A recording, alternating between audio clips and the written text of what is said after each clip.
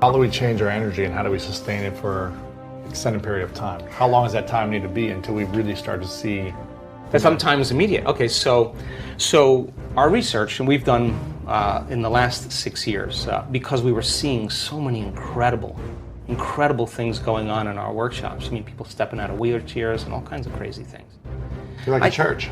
We're kind of like a church, like a mega church, yeah. But hopefully not that. Based in science. Yeah, but isn't it amazing that some of these churches, when people get to believe, whether they have science backing it or not, it's the belief in the mind. They step out into the unknown. You can step out of your body and heal yourself, right? Instantaneously. And we do see that a lot. And some people are like, how can that be possible? Well, how can it be possible? Well, look, we've done the research now. I've assembled a team of scientists. We've done 8,500 brain scans. I can tell you when a person's about ready to change. I can tell you why people don't change. I can tell you what it takes to change. So what's it take to change? Well, you change. Most people keep their attention, always their awareness on their body. They keep their attention on everything in their environment, people and things. Their brain is always scanning everything around us to determine what's known and unknown, what's safe and unsafe, right? And, we do that all the time. So our research shows that the moment you take your attention off your body and you go from somebody to nobody, you take your attention off the people in your life and go from who you identify with, from someone to no one. And so many people spend their whole life building an identity of being someone. Take your attention off your cell phone, your computer, your car, and go from something to nothing. Take your attention off where you're sitting, where you need to be, someplace you have to go from somewhere to nowhere. And take your attention off time, linear, thinking about the predictable future or the familiar past, and fall into the generous present moment and go from some time to no time. Then all you're left with is consciousness. And that's the moment you're no longer playing by the same rules of matter to matter. And there's a very elegant moment that takes place in the brain. In fact, I was just showing my research to a group of researchers in Santa Cruz this past week, and they were blown away. And I said, now watch, this person's going to have a transformational moment. They said, how do you know? I go, I've seen enough of these. And the next moment, the whole brain just lights up. That person is switched on. They'll never be the same person again. They're having a transcendental moment. And we could actually predict it and teach it now. It's a formula. Just like you doing sports, it just becomes a formula. Sure. And then you change the formula and you add to it, right? So when you no longer are identifying with your body, your environment, and time, that's the moment you're pure consciousness. Now, you're just an idea. You're an awareness. Awareness that has nothing to do with local space and time. And now, if you're you no can go longer beyond anything. You can go beyond, and that's when the brain, because the brain doesn't change the brain. It takes a long time. It takes a long time for the personality to change the personality, for the ego to change the ego. The programs to change the programs takes forever. Matter takes a long time to change matter. But when you're in this moment, you're no longer playing by those rules. Consciousness is the phenomenon above matter. In fact, consciousness is beginning to activate or manipulate circuits in the brain. People just think the brain is creating consciousness. No, consciousness is executing the brain, right? So then, if the brain can change, then the mind doesn't change the brain. Mind is the brain in action. It's consciousness that changes it. So when people begin to disengage and get beyond themselves, you are at your absolute best when you get beyond yourself. And getting the person to that point.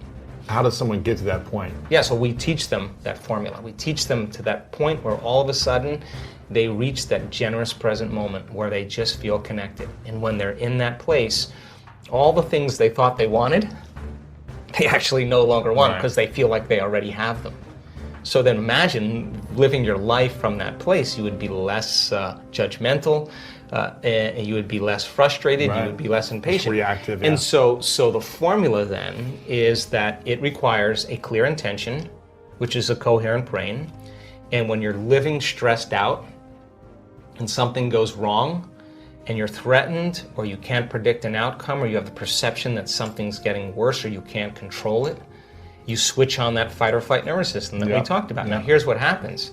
When that occurs, you start shifting your attention from one person to one problem, to one thing, to another person, to another place, because your brain is trying to predict the next moment. Well, every one of those people and things and places has this neurological network in your brain. So as you shift your attention from one to the next, it's like a lightning storm in the clouds.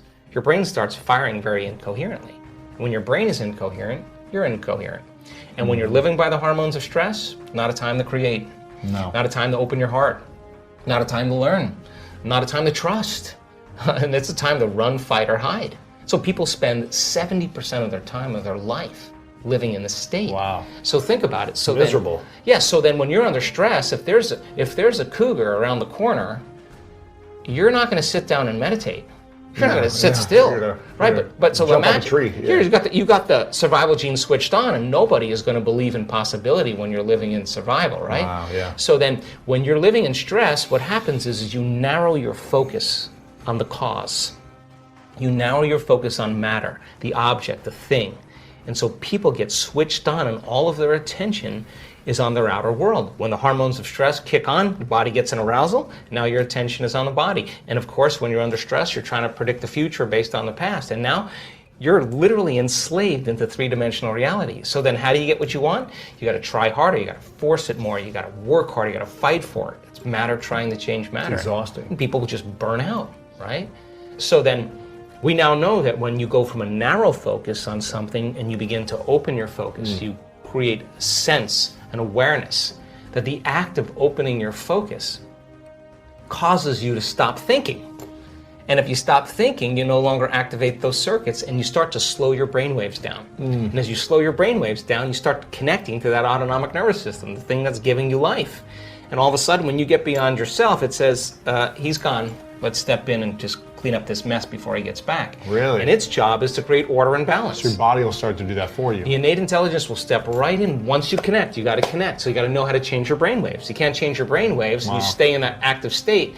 You're basically moving furniture around. You're analyzing your life within some disturbing emotion. And I can tell you, after looking at all those brain scans, if you're analyzing your life within some disturbing emotion, you're going to make your brain worse. In fact, you are thinking in the past, right?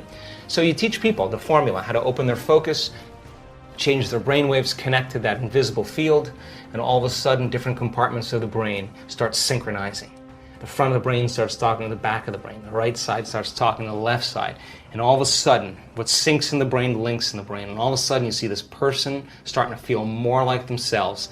And when you see those two hemispheres of the brain start lighting up, watch out, because that person's going to feel really whole. They're going to start loving life. They're going to feel like they're going to be in love with life because the union of polarity and duality is wholeness at the exact same time. Coherent brain, when you're resentful, when you're judgmental, when you're impatient, your heart beats out of rhythm. Why? You're stepping on the gas and you're stepping on the brake at the same time.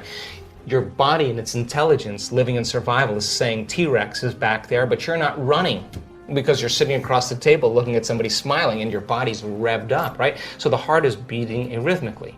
And when that happens, you're squandering, or you're using all the body's life force and turning it into chemistry, right? You're using all that energy to survive as opposed to think beyond. Right. So you're drawing from your vital life force, that invisible field around your body, and you're turning it into chemistry. You actually are going to shrink your own field.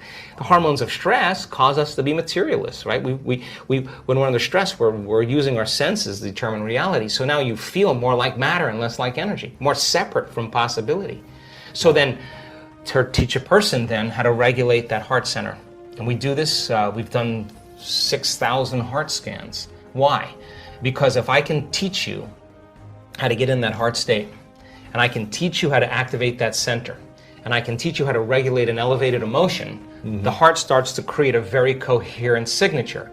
And when the heart starts beating like a drum, like dropping a pebble in water, it begins to produce a measurable magnetic field up to 3 meters wide. Now you're more energy than matter, more wave than particle. Wow. Now, that field that's being created is measurable, and that's an energy, and energy is frequency, and all frequency carries information. So what is the information when it makes it here? But you're sharing into the world. It could carry the thought of your healing. Why? Because it's consistent with the energy. Guilt isn't going to carry the thought of your healing. It's a different frequency. And all of a sudden now, the person is elevating their emotional state and they're allowing their thought to be carried on that frequency. They're broadcasting a whole new energetic signature. But thoughts are the language of the brain and feelings are the language of the body. And how you think and how you feel creates your state of being. So then the question is, if you keep practicing creating that state of being, it should become familiar to you, yes or no? Yes. The word meditation literally means to become familiar with. So then if you're practicing moving into these elevated states and your heart is coherent and we're measuring and I can say, Lewis, you got it. Now do it for 30 minutes. Now do it for 60 minutes. And you practice creating that coherence. You'll know when you're there and when you're not, yes or no? Sure. And then you would be able to say, like a skill, like anything else, give me a minute. I'm going to step out and you're going to go back in the heart coherence and bring up that state. How do we get there in the heart? Oh, well, then we practice the formula. Again, rest your attention, start calling up elevated emotions, and when you start seeing that starts happening, then you sustain it, then you keep practicing, and all of a sudden, it gets longer and longer and longer. Now, what's the relevance behind that? Well, we've measured neurotransmitters. So when a person actually activates their heart, the heart releases a chemical called oxytocin. Oxytocin is actually the love chemical. Oxytocin signals nitric oxide. Nitric oxide signals another chemical called endothelial-derived relaxing factor. What does that do? Causes the vessels in your heart to swell. Wow. You will literally have energy in your heart. You will literally feel like your heart is full. Now, once you have that feeling, you're not going to want to trade that feeling for anyone or anything. You're going to say, why would I judge that person? If I judge that person, I'm going to lose this feeling. Now, all of a sudden, you're self-regulating. Now, once the heart is activated, I just was at the research lab this week. Once the heart is activated, it acts as an amplifier, and it amplifies energy in the brain. So once you start opening that heart, and it begins to signal the brain, you're going to suppress the survival centers. In fact, the research shows it will reset your baseline. In other words, if you're anxious and vigilant, and you learn how to self-regulate, you'll actually reset the baseline, and you'll say, well, the trauma was 15 years ago, I saw somebody get murdered or whatever, and then we'll say, yeah, but the moment the heart, not the brain, it's the heart that actually resets the amygdala, and all of a sudden the person switches down, and all of a sudden like, I just don't have anxiety. We have thousands of brain scans with anxiety and depression from people from all walks of life. They've reset. And all of a sudden, they don't have that anxiety. They don't have to take medications or do anything else. They know how to self-regulate. Where does all anxiety stem from? Anxiety is doing this. Living in survival. When you're living in survival, I'll tell you this. When the survival gene is activated, out of the infinite potentials in the quantum field, you'll always choose the worst case scenario. Why? Because if you're in survival and you're preparing for the worst, there's always better chances of surviving if anything less happens. So people are always selecting the worst thing in their mind, and they begin to emotionally embrace that future before it happens. Thought and emotion, you start conditioning. So you're conditioning the body to become the mind of fear. You keep doing that enough times, once the body becomes the mind, it's a subconscious program. The person has a panic attack. Try as you may to control it with your conscious mind. You can't, you programmed it subconsciously. Now you worry about the next panic attack, and as you start worrying about the next panic attack, it's the vigilance that creates the next one. Wow. Now here's what's happening in our work. People who are self-regulating and creating these elevated states, we have heart scans of them sustaining heart coherence for a whole hour during a meditation. Then at the end of the day, they're still wearing the monitor. It's 8 o'clock at night, they're not even in a meditation, and for a whole entire hour they're in heart coherence. We say to the woman, what's going on here? She said, I have no idea. I was just getting ready for bed, and all of a sudden my heart just swelled up. It was so intense I had to lay on my back and surrender to love instead of surrendering to fear. She had a spontaneous love attack instead of a spontaneous panic attack. Now, I would call that the natural state of being. So then, if you're living by those elevated states and you know how to feel that emotion of your future before it happens, you're less likely to wait for it to happen because you'll feel like it already happened. You're less likely to try to control it.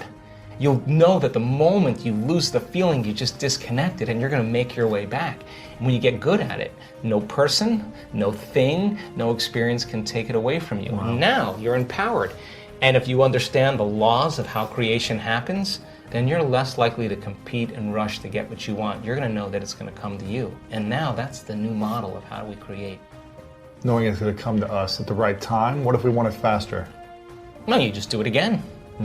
But remember, if you're trying to make it happen faster, you're back to the old self. Right. The new self would never do that. The new self would constantly stay there. And so then how does it appear? It appears in a way that you can't expect. Because if you can predict it, it's the known. It's going to come in a way that you haven't thought of, an unknown. And it's got to rock your world. It's got to catch you off guard. It's got to leave you no doubt that what you've been doing inside of you that produces some effect outside of you. And when you correlate what you've been doing inside of you with the effect that you produced outside of you, you're going to pay attention to what you did and do it again. And the energy of the joy that you feel when it happens, you're going to use that energy to create again.